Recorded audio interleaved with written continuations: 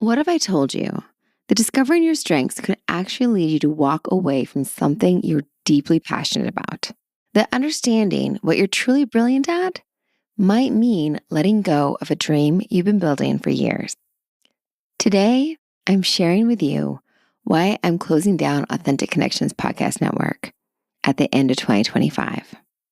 It's a passion that I had to amplify women's voices that turned into a business in 2022 when I launched this amazing network, and how Patrick Lencioni's 6 Working Geniuses framework combined my recent dance with breast cancer helped me to see that sometimes the most powerful thing you can do is recognize there is more to your passion than you realize, and burnout is a guaranteed result when you don't find a way to make your genius and your passion align.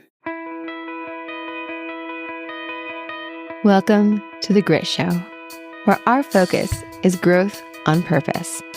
I'm your host, Shawna Rodrigues, and I'm honored to be part of this community as we journey together with our grit intact to learn more about how to thrive and how to get the most out of life.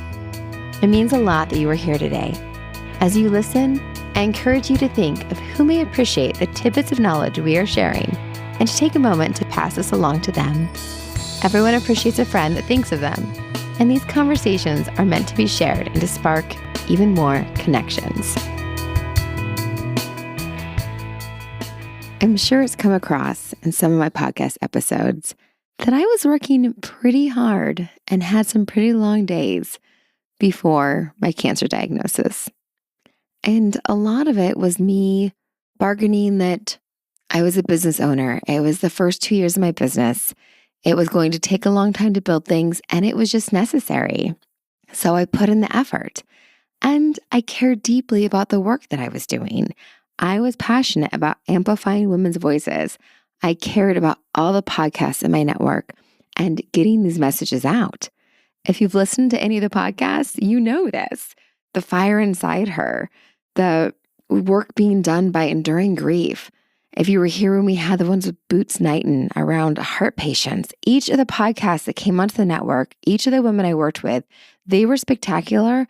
And the podcasts were so important. The voices were amplifying messages that were making an impact. And making an impact is something I care about, as well as really caring about the fact that we needed more women's voices in podcasting. And these were important messages, and the people they were reaching, they were really making a difference. So this passion about women realizing what they had to say and having the supports in place to actually be successful in podcasting and get these messages out was important to me. And that's what made the podcast network happen, right? Is hearing women talk about the podcast they wanted to have and recognizing what the challenges were when I went to launch The Grit Show, how much time it really took, how much effort it took, and wanting to help build that and make this happen. And it was. It was also exhausting.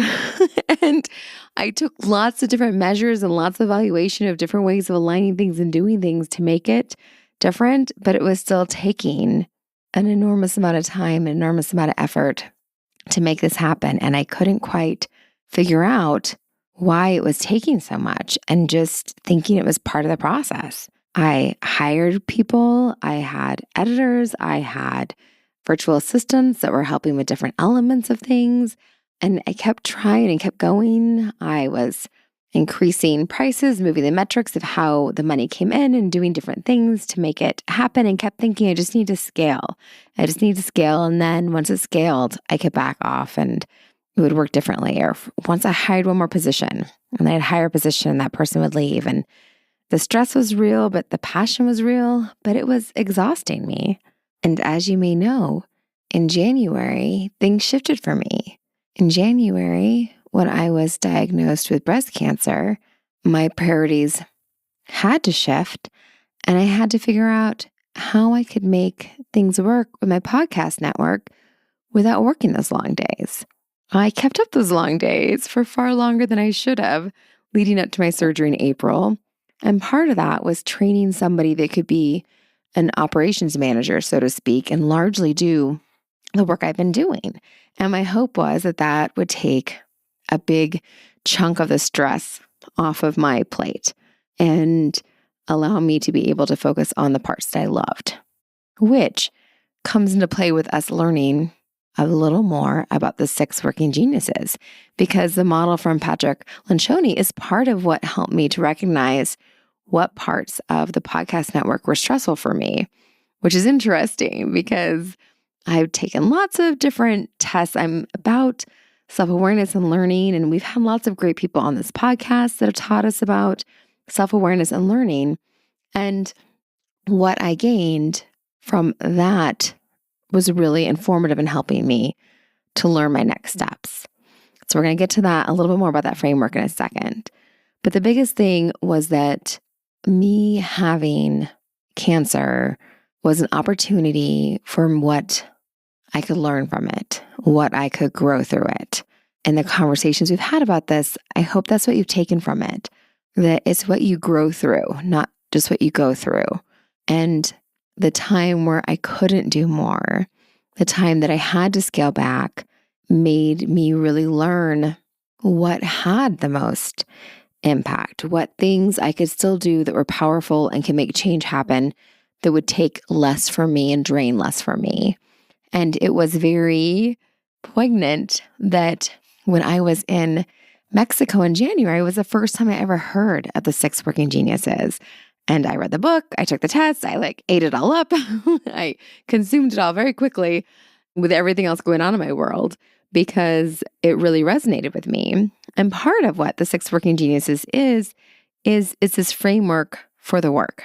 And part of the other stuff I do with my consulting, with reflective leadership consulting, is that I help organizations, specifically nonprofits, specifically largely Head Start programs, because that's what I've worked with for a very long time, but nonprofits in general, helping them understand the stages of work. And that is one of the gifts of this model, is it teaches you about the stages of work that can help you understand when things aren't going the way they are as an organization, where they're falling apart, right? The piece that it spoke to me about was, as an individual, the parts of the work where I am working really hard and things don't flow the same way. So for individuals who are on high levels of management teams, who have reached certain points in their life and career, chances are you're actually proficient in all of the areas that the 6 working geniuses talk about and all those phases of work. And it's kind of amazing to me because I have gotten jobs where I probably sold people on my skills in certain areas that later came back. I'm like, wait a minute, that is my working frustration? How is it that I've sold myself there? So it's not about proficiency. It's not about how good I am at some of these things. I can do these things. I've done these things. I've ran my business. I did run my business for that number of years. It's a matter of what things completely drain you. It's not what you can or can't do. And when you have conversations with different coaches or leaders or consultants or folks, a lot of times they'll just tell you what to do more of without taking into account how much that's going to take from you, right? So in building my business, I could do all those pieces. I did all the pieces. I ran all the different areas, and it took 14-hour days to do that. It took working half days on the weekend. It took working 7 days a week sometimes. It took so much for me to do all the pieces. I could do them all, but it was draining me, and things weren't moving forward the way that I needed them to and wanted them to because of how much it was taking for me to do that. And that's what I was really moving forward on. So looking at the 6 working geniuses was very helpful for me to learn, wow, what is my genius? And it totally resonated with me and made a lot of sense because my top number 1 zone of genius is to come up with ideas. I love to come up with the solutions for problems, say like the fact that only 27% of podcasts are hosted by women. I got a solution for that. Let's start a whole podcast network. Oh no, what they're doing isn't enough. Let me tell you why it's not enough. That's my second genius, discernment. I can come into play and tell you why that's not working. So my invention and discernment, those are my zones of genius. And that's why I could build up this entire business and have these great ideas about how to solve this. And we need the coaching, we need the background production pieces. We need all of this we need the full picture. It's not just enough to give this little bit. We need this to make it work. And I can invent this and discern this is what's needed, and I can help that. And when it comes to successful podcasts, I'm great at helping you determine what your podcast should be about and like laying out the format for your podcast so that it can be engaging and connect with audiences, and coming up with what needs to be the right artwork and how we can integrate having keywords and all the pieces for that. Like my invention and discernment on point, like totally comes through. Like this is why I'm great at this, especially the initial stages, why I had that drive for this. And your passions can be separate from your geniuses, right? So my passion for this is my desire to make an impact, my caring for women's voices. I'm somebody who has loved speaking and connecting with others. This just brings all of it together, right? So it makes sense why this is where I was led. And it makes sense why this was something very much in the beginning I was excited about. So consequently, this was something that made sense. And I took this quiz probably in February, and it was good timing because I was looking to hire somebody to take over my work while I was going to need to be down and out with my healing and my dance with breast cancer and taking care of things and being less available. And it helped me see like what pieces of the work I really need someone else to handle, but really they're going to have to handle it all because I was going to be gone.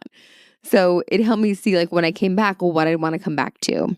I knew that maybe that was the piece and maybe that's what I was missing from my podcast network, that I needed to have these other pieces handled. Because again, there's stages to work, and what stages of work were draining me and taking me a long time because they drained me so much. So my invention, when it comes to these pieces, time just flows. You know how you're doing things, you're in that zone with it. And those are the pieces that I'm in the zone for those things. And I can just get those things done and flow with those pieces. Those are my jam, right?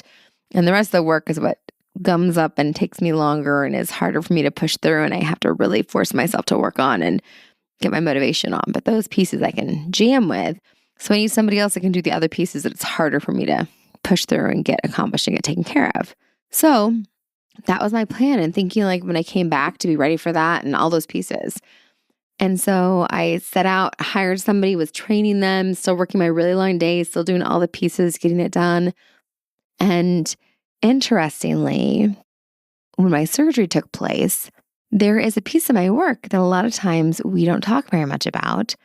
And that piece of my work is my coaching. And my coaching is connected to some work I do with the agencies that I'm just now mentioning to you about with reflective leadership consulting. And that work, the coaching piece, I was able to continue, which is great because with my podcast network, I was losing money. I had to pay somebody else to do my work and do my stuff. And again, I was not paying some 14 hours a day. We had to contain the work. We had to limit, not take on new clients, limit things significantly so money's not coming in like it should be, and all the money's going out the door to pay everyone. And I'm essentially losing money on my podcast network while I'm out for my surgery. So losing money on my network, and the only way there's any money coming into the business at all is because I'm still doing this other component of my work, which is my coaching. And my coaching, the way I had it set up, it was approximately 6-8 hours, but it was every other week. And every other week was a good cadence for when I had surgery, because I needed to be off for about 2 weeks for the surgery so we could time it well, get in the meetings before I went to my surgery for that week, and then be off for 2 weeks and then come back for those. So I was able to take the time off I needed and not miss a beat with any of my clients and still have the time I needed that was really pointed for this surgery. And then when I came back, I could do that without having too much movement, mostly using my brain, right? Let my body heal, take care of things, and gave myself permission if I needed to not show up for it, but was able to show up for it and able to still use my skills of invention and discernment as I went through and handled the needs of my clients during that time. And it was amazing because I never missed a beat, thoroughly enjoyed it, and it did not feel like I was exerting myself with being able to fit in those little pieces of work while I was recovering and going through everything that I was going through, which was amazing. The podcasting, on the other hand, I had other people handling it and I still have to step in. And the people that were handling it were a little overwhelmed by it. And they were they were not going to stay on. Like it was clear the first meeting I had with them about a week and a half after my surgery, I took my first nap. It was my first nap. Just that hour and a half meeting, like completely drained and exhausted me.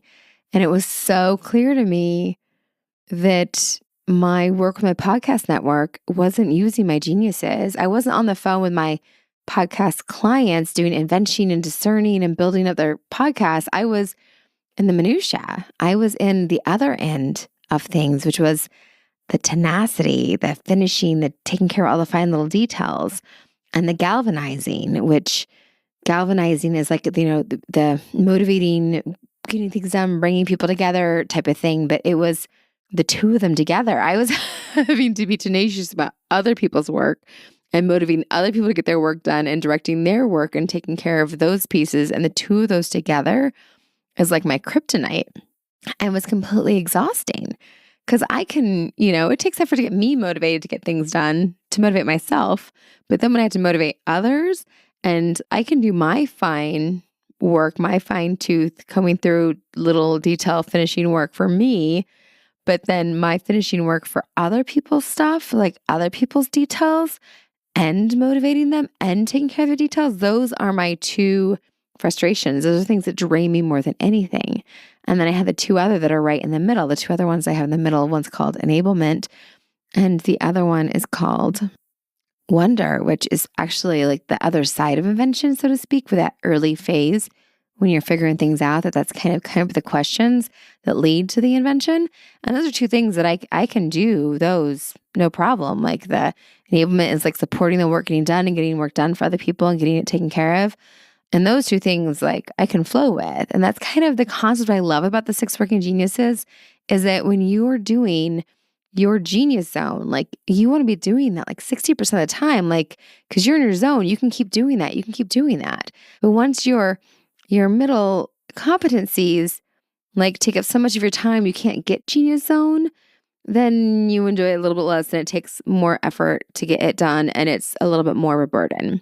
I mean, your frustrations are taking up all of your time, because that's all I was doing that type of work when I was stepping in for the podcast network.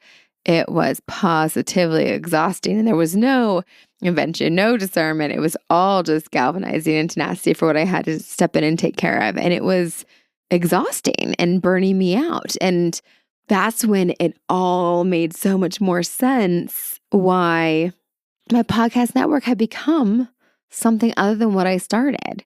Because I was on, like, with this, there's the 3 stages of work, right? And those 2 pieces are towards the beginning part of the work, and the tenacity is at the very end. The galvanizing is like towards the middle end. Like, after discernment, you go into the galvanizing. And so those pieces were over there where it was harder for me to have to just do those pieces, and harder when I had other people that I hired, thinking hiring other people would be easier for me. When I hired other people that required me to do more of the things exhausted and drained me, it wasn't good. If I hired other people and it required more of me to do more invention and discernment, that would be great. But not when I hire more people that required me to do more galvanizing and more of the tenacity. And then it just completely like ground me to my core and made it that much more challenging. So it made it very clear to me in that time when I was away how much I was wearing myself out, and how very literal it was that if you're not in your zone of genius, it's less about your proficiency in these things and more about protecting yourself and taking care of yourself and working in the places that really give you room to grow and thrive. And when you have a team, the beauty is having a team that can balance those pieces out. And when I do my individual coaching with folks, especially individuals working in nonprofits, because I'm very passionate about nonprofits and the mission, and remember the impact work I care so much about, that when people are working in these nonprofits, that they have teams where they have this balance. And when you already have your team and you don't have a good balance, that you start to look at your systems and inventing systems and working on your systems, making decisions within your systems to make it so that you can get that balance for the work, to have all of those pieces filled so that you are doing all the phases of work, and have people that have the geniuses to help move that work. And the individuals that I coach, that they have the understanding of where their zone of genius is and that they find the way to spend more time in it. And that's one reason why I actually do trainings around AI as well, because AI is a great companion and tool to be able to do some of those pieces for you, as well as you leveraging other people on your team when you have a team to work with to make those things happen. And so that is a big reason why I finally realized that at this time in history, where the continued focus is, like, I'm very passionate about women's voices in podcasting.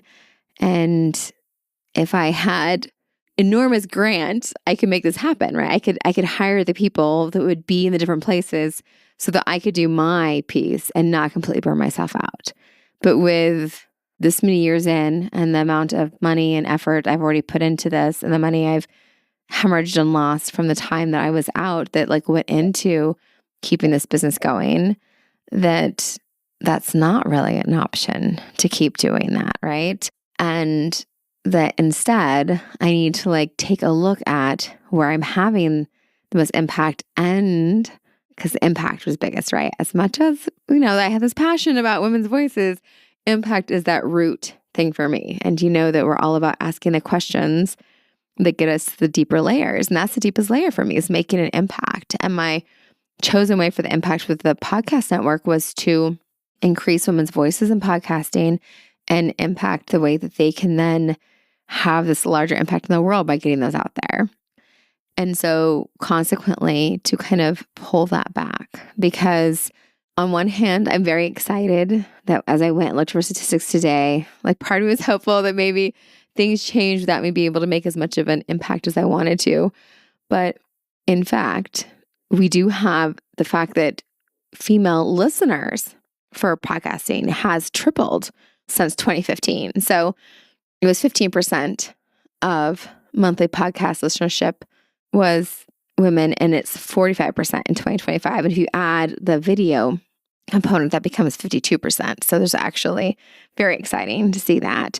And that's from the Women's Audio Report by Edison Research and Sirius Media that came out in April. So it's very exciting that more women are listening to podcasts, and that listenership is definitely increased, which is very exciting. So we do want to have more women listeners. But in fact, just today, I'm recording this on November 11th. It's coming out a little bit later, but I'm recording this on November 11th. And just today, an article came out from OPB, and the title is "Bros Really Are Dominating Podcasting," which is just so discouraging because it's the same. Data from 600 plus popular podcasts. Nearly 2/3 of top 100 podcasts are hosted by men. 3/4 of guests are male, like continuing that same trend that was the case when I started this in 2022, when I saw the alarming data about the number of women hosting podcasts then. So it hasn't changed, and I'm not making a big effect on the industry, which is what I'd hoped to do.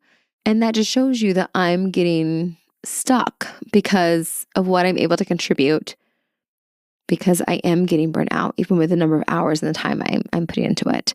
I've made a huge impact, and I know this on the women I've worked with, on the podcasts that have gotten out there, on the people that have listened to those podcasts. Like, I'm aware of this. I'm grateful for this opportunity. It's been an amazing journey. I'm grateful to each of you for listening to this podcast. A small podcast is just one in the network.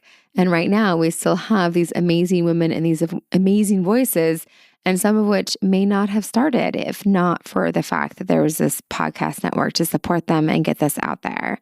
And even as we've been a lot of times the launch pad for podcasts, that some of them have tried to come back, and I've had to tell them that we're going away because it was such a good experience starting here and working with us, learning with us, and getting that start in podcasting. And that's so exciting. And it means so much that I know that some of those voices and some of those opportunities that came out into the world were because we existed. So thrilled for the work we've done, thrilled this opportunity. And also like knowing that it hasn't made as much of a dent makes it a little easier to know that we can go about, or I can go about making impact in a small way in a different area that's not burning me out, because I don't have the stage to make the impact on podcasting the way that I wanted to. And I'll continue to listen to female podcasters and support that portion of the industry and those voices and look for opportunities to encourage more women to have podcasts and be successful in that way, because I feel it's very important. And I can move to a place where I get to use my working geniuses and my gifts in a way that doesn't burn me out, so I can keep giving and building and continuing to make things happen and make things grow. It's also been valuable because this isn't probably the first time in my career that I've learned, oh, this is why I'm getting burned out, is I'm not leaning into my geniuses. And even as I move into my new opportunity, that is something that I need to look out for and be aware of, right? We're going to go back and we're going to talk about that more. But I want to make sure that while we're talking about our podcast, that we give you an opportunity to learn about the plan for a lot of the podcasts. So Author Express, which is one that I'm one of the co-hosts on, which I stepped away from for a good time during my dance with breast cancer, as I say. And their last recorded episode will be airing at the end of November. So they're not going to record new episodes, but they're still going to be up for you to listen to in perpetuity. So you can definitely, if you want to learn about listening to your next favorite author and learning about the person behind the book, there's quite an archive there. I think they have over 130 episodes of conversations with authors. They're short 15-minute episodes that are there. That's fabulous. And during grief, they're going to have a new season coming out in the spring, and we're working with them on that. Dog Tag Diaries is going to a new production company that's going to support them, and they're going to continue coming out with their weekly episodes. Marley Williams is getting a new production support. They're going to keep going. The Fire Inside Her has been on hiatus for a while she has a better term for it than hiatus. They're on oh, darn it. It's what you do when you're like a professor and you get to take a break. So they've been on break for some times. Their break is continuing, and they'll figure out their next steps if they come back. And then like Real Estate Energized, they've had a season up that'll still be available, and Authenticity Amplified is a season up still available.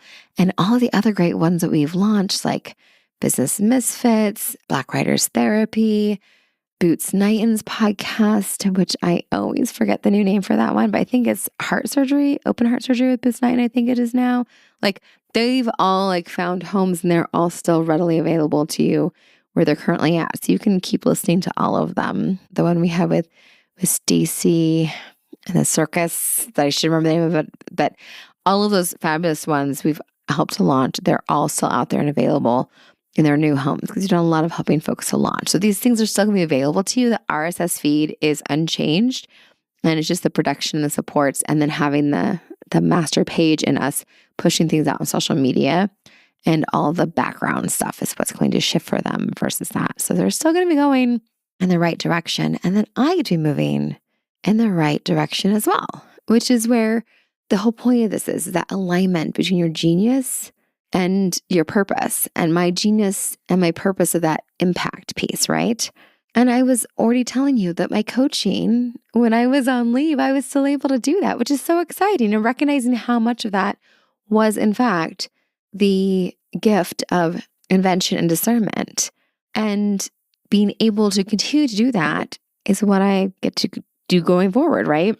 And I also help with utilizing appreciation languages, implementing the working genius model, helping with challenging conversations, working on the AI implementation with nonprofits. And some of that is that invention and putting together with systems within the organizations, but it's also that individual coaching that I get to be doing more than I realize with that invention and discernment piece, with all these different tools that I've had in my toolbox and help others to implement to their toolbox. And when you're in your working genius, it's like what would take somebody else 8 hours takes you 4. And if it was your frustration, it would take you 14. So it's the flow that you're able to get in and to get things done is so exciting.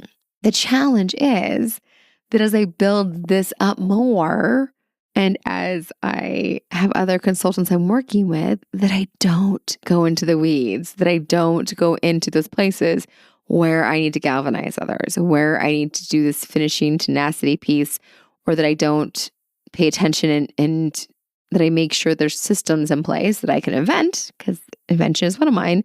And I make sure I invent systems that can make sure that those are handled elsewhere or minimally by me so that they can get done so I don't go back down the same road, right? And that's the piece that I need to promise myself and make sure that I'm doing so that I can be able to support that and make sure things move forward in that way. And that's a thing we all have to do. And I found the tool for me, the Working Geniuses, and it might be a great tool for you. If you're interested in that, definitely just send me a note and I'll direct you to the place where you guys can take the tests or help you support that. For me, that was a magic ticket. For you, it might be something else. You might already know the things that are draining you and burning you out, right? But even as you move in the right direction, you still have to guard against those things coming up again and happening again. I was actually watching a TV show where one of the characters was entering a new relationship and like the same patterns that she had before were coming up in that new relationship. And luckily she caught them through surprising avenues of having them being pointed out to her. So you need to be aware of what those are so you don't repeat them and don't go down that again, right? So I need to be aware, make sure I have systems and I'm taking care of that and taking care of myself too. So that I'm constantly problem solving on how to make sure that I move that back into that area. Luckily, invention and problem solving is one of the things I get a lot out of. It may not be for you though. So you need to make sure you have somebody that you're working with that can help with that or you have a plan for that. So it's important. And I also want to point out that there's a concept in here too about the scale of your impact. So maybe you're someone like me that is drawn to make an impact. And I think right now, especially post-pandemic, especially with things going on in the world, that being able to focus your impact more locally, whether that's literally locally within your neighborhood locally, or locally within a specific topic that's smaller and more attainable, that you give yourself permission to do that, that you can go to a scale where you can feel the impact and feel that connection. I think I've given the example in the past about when my niece she was actually in high school when she came to see me when I worked in Washington, D.C. And she came to my office and she's like, "Where are the kids?" I was like, "Well, I work at the national level now and I go to a lot of meetings and what we do impacts a lot more kids than when you came to my office when you were younger and I worked in classrooms or I went to parents and homes and did that." I was a mental health consultant way back when she would go to my office, and my office was located in an administrative building, but I went to actual Head Start programs and went into families' homes and actually worked with children. So she was aware of like how close I actually worked with children, had that proximity to that work that was so much closer than when I was in DC and sitting at meetings with a bunch of people and reviewing work that was being done by national centers and making decisions at that scale that would result in products that would make large level impacts. I loved both of those types of work. It was harder to feel the impact when I worked at the federal level, doing national level TNTA, doing national level grants, doing that. And we'd have moments like we would have conferences and be able to talk. And when I did one of the presentations at a national conference on child abuse and neglect, and we had international participants actually, because it was actually one of the few that was video streamed. We got to speak to some of the people that were involved, right? So you get to get a little closer to the work that you're doing at times, but you're further removed. And doing this podcast work, like I got to speak less often with the podcasters. I was speaking with people, making sure we got things put up and we were talking more about what wasn't working than what was working, because that's the stage of work we were in with that finished product that's being put up versus the actual knowing the people in their living rooms or in their cars or out for their walk, listening to the product that we help put out there. So the scale is big and the impact is large, but it's not as tangible. And I think sometimes when the world feels a little bit more chaotic and a little harder to center yourself in with all the things happening, that sometimes getting a little more local, and maybe it's as small as the person next to you on your couch in your home, that you need to get smaller and feel that impact so you have a little left to give at those higher levels. So maybe it's, I got the most amazing card again, this amazing organization that exists. And this is the third time they've sent me these cards. It's People Spread Love and peoplespreadlove.com. And they send me these thoughtful cards. And every time I open these things, they bring tears to my eyes. And I'm extremely touched by people I know that send me things as well. But for some reason, these perfect strangers sending me stuff, and especially when perfect strangers are sending me things that like resonate immensely. For instance, the ones I received today, it had the quote in it, "What if I fall? Oh, but my darling, what if you fly?" And it attributes that to Winnie the Pooh. I thought it was, and that would be A. Milne, but I thought it was somewhere else that was from. I haven't looked it up. So I won't guarantee either way. But that quote, "What if I fall? Oh, but my darling, what if you fly?" has always been something that has been so resonant with me, regardless of where it started, because that is a feeling I've had so many times in my life. That's going to choke me up right now. Like when I set out to try things, like it's scary. It's scary to try new things. Like, what if I fall flat on my face when I try this? And I think I have been so fortunate in my life. I have flown more than I've fallen off the cliff, right? You never know that you can possibly fly.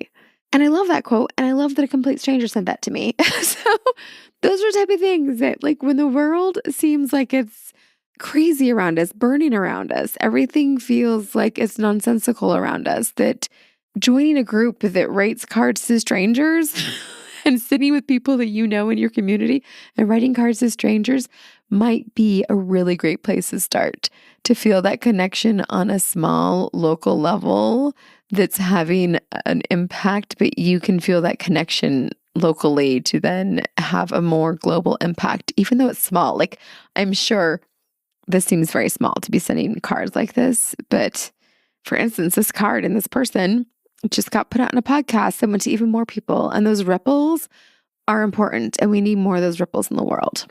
So starting small and doing those ripples makes a difference. And so me learning from my cocoon of Cancer and my time to be focused inward and not able to do as much, to find in it that I need to honor my geniuses and to understand how draining my frustrations are and how much me trying to do those things, I'm completely capable of doing those things. It's not that I can't do those things, but they exhaust and drain me and burn me out. And I have so much to give that I need to give in the areas that I can flow with and give more freely with and grow in. And so as hard as it is, and my podcasters know, they can just say, "Well, what if we did this?" I'm like, "Okay, yeah, we'll work on that." So we can do a little bit more, And we have an amazing podcast that we're going to work with to launch individually with this person, even after like we're closed, because the fact her stuff is important. So we're no longer a network. We're still going to help this person get her voice out because I am passionate about these things, right? But I need to care for me and do as much less of this as possible so that I can put my energy into the places, into nonprofits, and to coaching individuals, and to coaching parts of teams so that I can make these smaller ripples and I can see those effects. And I can. With the team that I've been working with, they have come so far, and the individuals, oh my word, like I wish there was a measurable way. I can see all the beautiful ways they have grown and their worlds have been impacted by the conversations we've had and the way they have grown and connected to themselves and honored themselves in beautiful ways. And I want to do more of that because that feeds my soul too. That's impact as well. And I don't need to be shaken and impacting the whole world here. I just need to make these little ripples. And that's powerful for me. And maybe that speaks to you. So I think that as well as there's two parts to this conversation about, the working geniuses and figuring out what part of you is something that doesn't burn you out, that you can just keep doing and giving and it doesn't drain you, doesn't take away from you. I needed a tool to help me figure that out because I'd never thought about things in that specific way before and recognized I knew the little things, but not the category of things that were draining me so much. And again, one of my former titles was like a collaboration director. So like galvanizing you, I would have sold you on as being one of my greatest gifts. I'm very proficient at it. However, it also drains me. And I knew that on some level because I would take, when I did my big meetings in DC, the first time I had to lead this meeting with people from all these different offices, and it was this really big deal, and I led it, and it was fantastic success, and everyone was so impressed at how well it went. And I went back to my office and I was comatose. I was like barely moving, staring up to space because it took everything I had for that meeting to be a huge success. And I did it. However, it completely drained me. And we don't recognize like that as a factor, right? I'm good at it. Why am I not doing more of that? And that's why I loved taking this assessment to understand like the things that are draining me versus the things whether or not I'm proficient in them. Because a lot of these ways of looking at ourselves are about aptitude and not about giving what drives us and lights us up being the priority. And that has been such an important change for me. And I see with these teams, especially now, that folks really need to be able to be in the place that lights them up and gives them the most. And we all have to do all the pieces at times, especially in nonprofits. That's what I'm specializing in. And that's the case, but the less we can do the things that are frustrating and draining us, the better. So for you to look at that a little bit in your world, to think about if there's even just one thing that you know is a thing that drains you and takes you longer and takes more, and if there's a way for you to do less of that in your world, that's a good start. And then to think about your impact and think about if you like the idea of becoming a little bit more localized and having those ripples. Because if we're all doing a little more localized, smaller ripples, instead of trying to do the biggest ripples possible, those little ripples from all of us will start to make bigger ripples. And that we still want to care about big things, and you can still put some energy into those big things. I don't want to take that away from you. But also to know that the things that you feel and can make it so you can keep making the big ripples is if you do some of the smaller ones. And that maybe it is writing that card with just some local friends and sending it to a complete stranger whose name you got off a list. And you might make her cry on her podcast, and maybe you're impacting a lot more people than you ever thought you might. Because you don't know the way those ripples might hit and affect and cause a big wave somewhere, right? Ripple effect. Forget the butterfly effect. We're going with the ripple effect.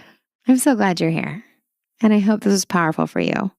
Do know that The Grit Show, we are going to get some more extra episodes out before the end of this year. There's some things that I want to have some different voices in here and share with you. And we're going to slow down in the new year and give me some time and figure out the next, because I want to be doing this with better intention. So it's going to be less of this so I can focus and build other places. But we've got lots of wonderful, amazing conversations for you to look back on. So I hope you do that. Thank you for being here. I value the time we shared together today. Thank you for making time to be here and to continue taking steps towards growth and bringing more ease into your life. I'd love for us to stay connected on Instagram at Shawna Podcasts or at the.grit.show. There's even a link in bio at the.grit.show where you can send me an email to let me know what you thought today's episode. Hearing from you helps to make the effort that goes into producing these episodes worthwhile. After all, you're why I'm here. And since it's been a while since you've heard this, you are the only one of you that this world has got. And that really does mean something. I hope you realize that. I'll be back again soon, and I hope you're following along or subscribed so that you'll know and be here too.